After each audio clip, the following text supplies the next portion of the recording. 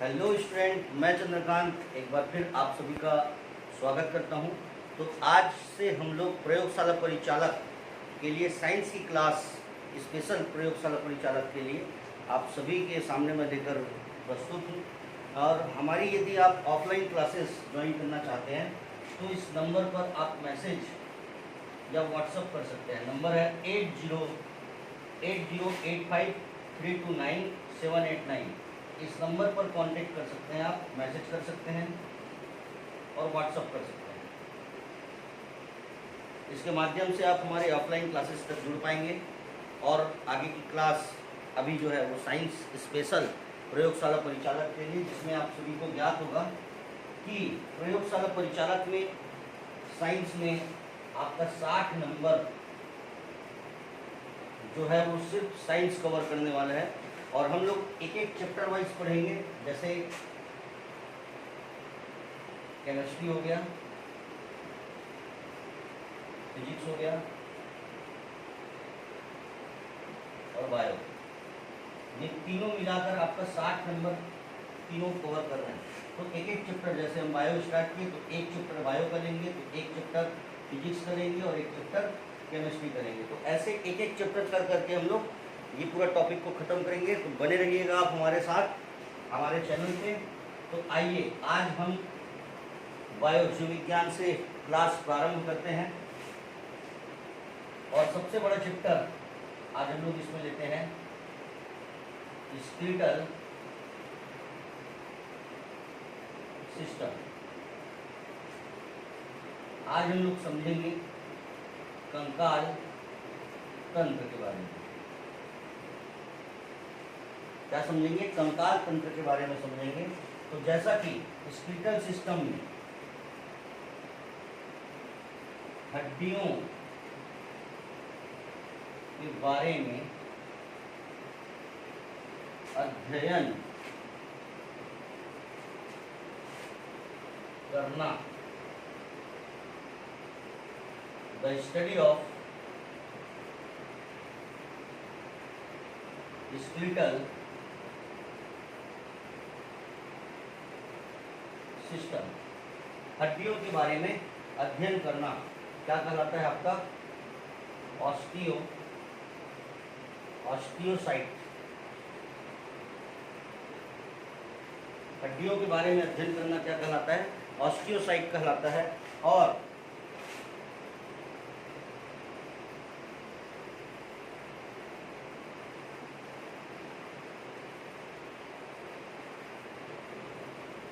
हड्डियों में बीमारी के बारे में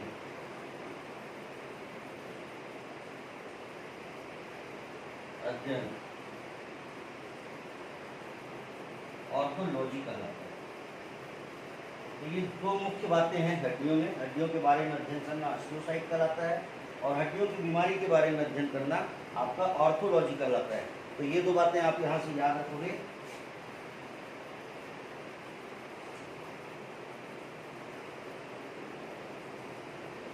इसी में आगे बढ़ते हैं हम लोग। एक नवजात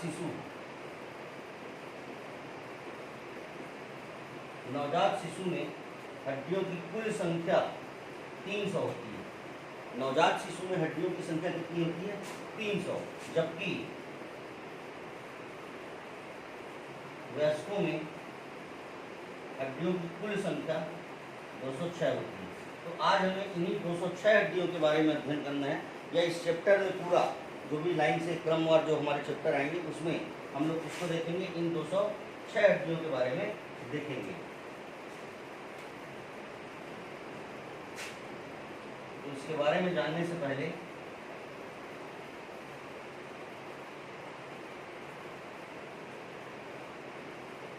ये बाय द वे बोन्स हो गया, हड्डी है।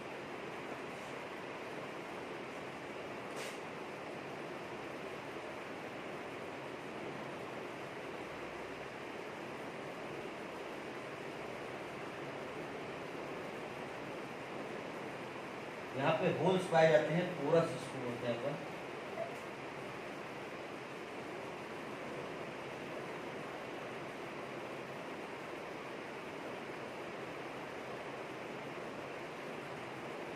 वैसी इसका मिडिल वाला हिस्सा,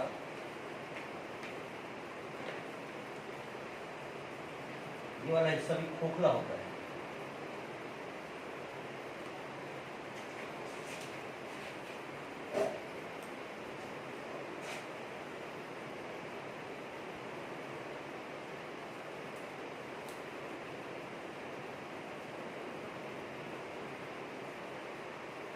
इसके बारे में डिटेल बताएंगे अभी।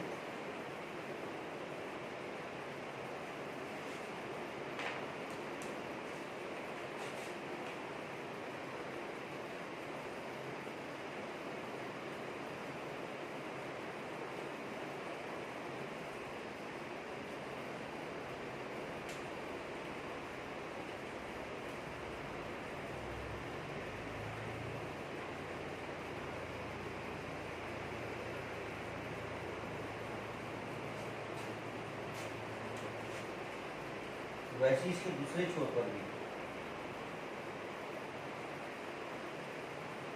ऐसे होल्स पाए जाते हैं।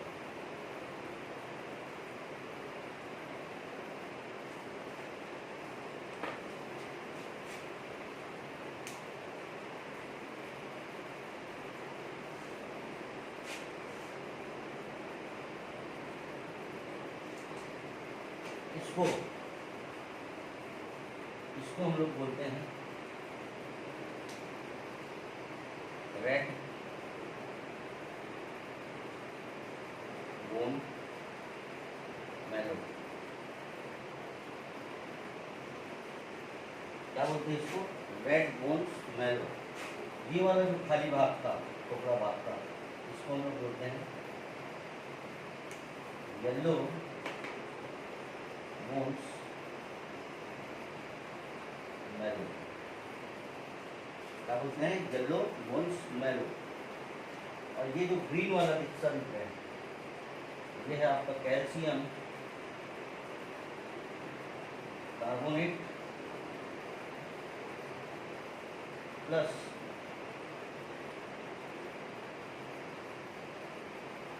Calcium phosphate. ये जो ग्रीन वाला हिस्सा है, ये किससे बना हुआ है? कैल्शियम कार्बोनेट और कैल्शियम फॉस्फेट से बना है। इसको संग्रहण करने का कार्य, खनिज पदार्थों का संग्रहण।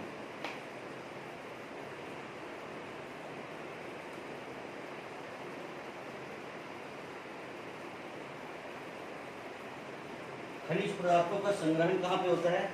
येलो बोन्स मैरो में होता है। कहाँ पे होता है? येलो बोन्स मैरो में होता है। और ये जो खनिज पदार्थ हैं CaCO3 प्लस CaPO4, ये होता है जो यहाँ पे है कैल्शियम कार्बोनेट और कैल्शियम फॉस्फेट। इसको जमा करता है ना वसा। जब हमारे बॉडी में वसा की मात्रा अधिक हो जाए, है ना, फैट की मात्रा अधिक हो जाए, तो वो भी येलो बोन मैरो, है ना, जो खोखला है वहाँ पे जाके जमा हो जाता है, वसा को एकत्रित करता है। और जब बॉडी को ज़रूरत हो वसा की, तो यहीं से बॉडी वसा को ले लेता है। तो इस प्रकार ये जो येलो बोन मैरो है, यहाँ पे क्या संग्रहित होता है? आपके खनिज पदार्थ और वसा का संग्रहण करता है। ठीक है, किसका संग्रहण करता है? वसा का संग्रहण करता है। और ये जो दिख रहा है गोल गोल सा, है ना, ये जो टिश्यू है, ये जो ऊतक है, वो है आपका osteology plus osteoclast plus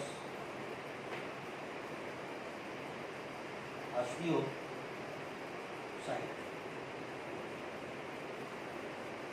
osteocyte और ऑस्टियोक्लास्ट एक हड्डियों के निर्माण में सहायक है और हड्डियों के रिपेयरिंग के लिए, है ना। ऑस्टियोक्लास्ट और ऑस्टियोसाइट ये टिश्यूज जो है, ये इनका काम करते हैं। तो ये जो वसा का संग्रहण होता है ना, ये कहाँ पे होता है? Adipose tissue. वसा का संग्रहण कहाँ पे होता है? एडिपोज टिश्यू में वसा का संग्रहण होता है।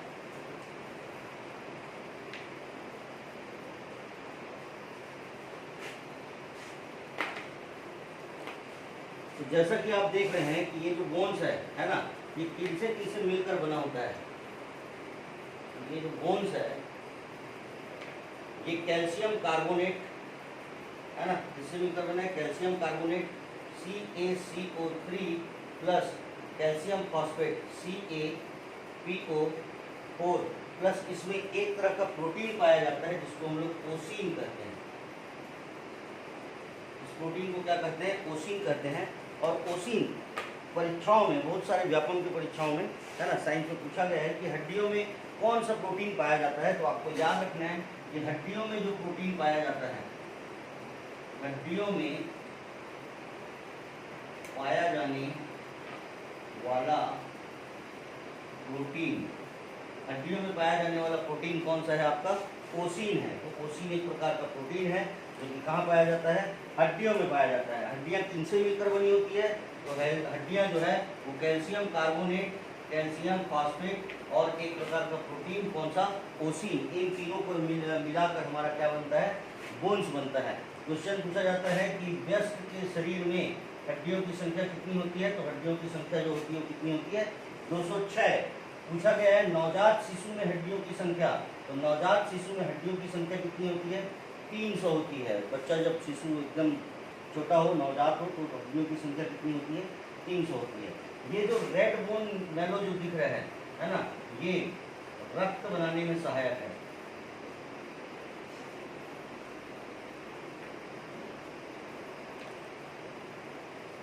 क्या है, रक्त बनाने में सहायक है। अब हम यदि बोन्स को देखें तो क्या होता है, सबसे पहले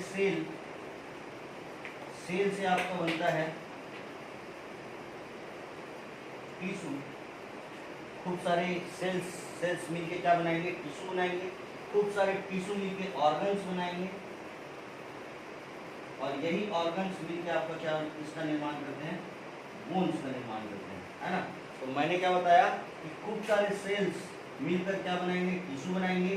खूब सारे टिश्यू मिलकर क्या बनाएंगे, ऑर्गन्स बनाएंगे और यही ऑर्गन्स मिलकर क्या बनाते हैं, आपका बोन्स का निर्माण करते हैं, है ना, हड्डियों का निर्माण करते हैं। सेल से टिश्यू से ऑर्गन और ऑर्गन से आपका क्या आ जाएगा, हड्डियां, बोन्स आ जाएगा। तो यहाँ तक क्लियर हुआ।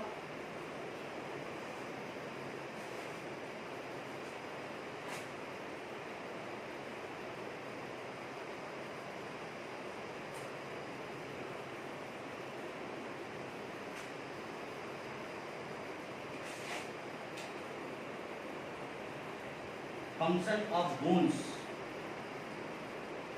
अभी आपने देखा कि बोन्स क्या क्या काम कर रहा है, तो उसी के बारे में आपको कुछ पॉइंट्स याद रखने हैं। फंक्शन, तो सबसे पहले आप देखेंगे आपका बॉडी हो, मेरा बॉडी हो, ये क्या करता है, बॉडी को एक स्ट्रक्चर, एक शेप प्रदान करता है। बॉडी को एक शेप प्रदान करता है।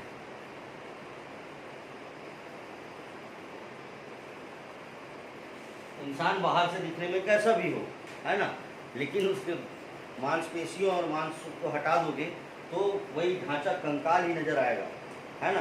तो सबकी बॉडी में 206 हड्डियाँ होती है वयस्कों के।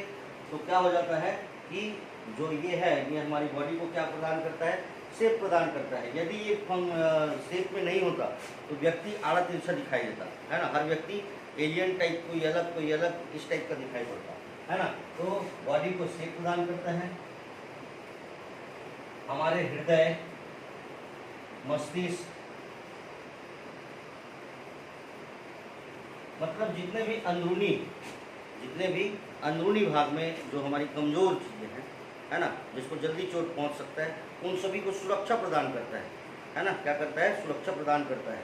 जैसे कि ये मेरा क्या हो गया, पसलियाँ, है ना। ये पसलियाँ हार्ट को सुरक्षा प्रदान करता है, दिल को सुरक्षा प्रदान करता है ना। यदि कोई इसमें जोर से चोट मारे तो क्या होगा, पहले पसलियों पे पड़ेगा और पसलियाँ, है ना, उस प्रहार को दिल तक, हृदय तक, फेफड़े तक जाने से रोक देता है। तो क्या प्रदान करता है, दूसरा, शरीर को सुरक्षा प्रदान करता है, सुरक्षा प्रदान करता है। फंक्शन ऑफ बोन्स में क्या देखते हैं, उनको सुरक्षा प्रदान करता है। तीसरा खनिज पदार्थों का संग्रहण करता है। आपने देखा ना कि अभी मैं बताया, मैं चित्र बनाया था जिसमें कैल्शियम कार्बोनेट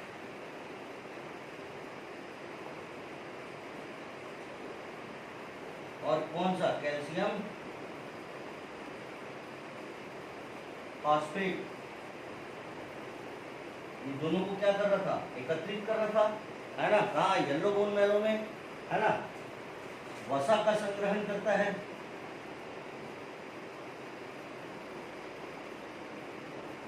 वसा का संग्रहण करता है कहाँ पे, एडिपोस टिश्यू पे। सब पूछा हुआ सवाल है, एडिपोस टिश्यू में क्या करता है, वसा को संग्रहित करता है, खनिज पदार्थों का संग्रहण करता है, वसा का संग्रहण करता है। और जब शरीर को वसा या फैट की आवश्यकता हो, है ना, तो वही येलो बोन मैरो से शरीर को भेज दिया जाता है। तो खनिज पदार्थों, और चौथा पॉइंट वेरी इंपॉर्टेंट, रक्त निर्माण में, शरीर में क्या, रक्त निर्माण में सहायक,